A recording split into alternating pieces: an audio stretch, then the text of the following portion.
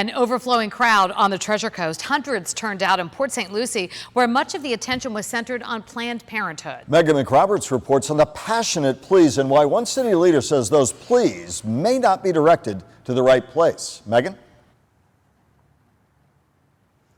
Michael Kelly, the Port St. Lucie mayor, telling that crowd of hundreds of pro-life activists that the city of Port St. Lucie really has no say in whether or not a Planned Parenthood comes to Port St. Lucie, but still some shared their concerns and their deeply personal stories. Packing the commission chambers, overflowing into the hallways, a backup room, and lining the sidewalk with signs. A couple hundred pro-life advocates wanting to send a message. Well, we're hoping that the city council can keep them from opening an actual abortion clinic here.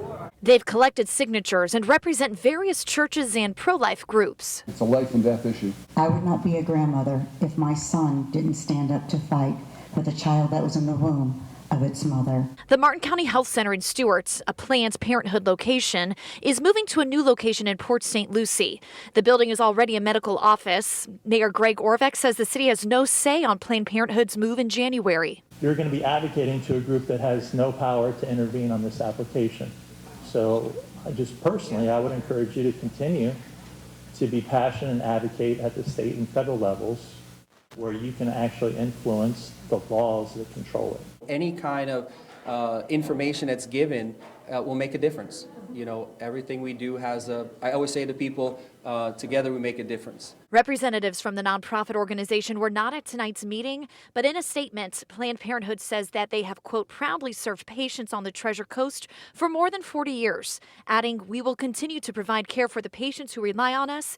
If those who oppose our mission were serious about reducing the rate of abortion, they would work with us to reduce unintended pregnancy rates and increase access to vital preventive health care. And the location in Stuart, the Planned Parenthood location closes officially January 14th. The Port St. Lucie location opening 8 days later on the 22nd. Reporting live in Port St. Lucie, I'm Megan McRoberts, WPTV News Channel 5.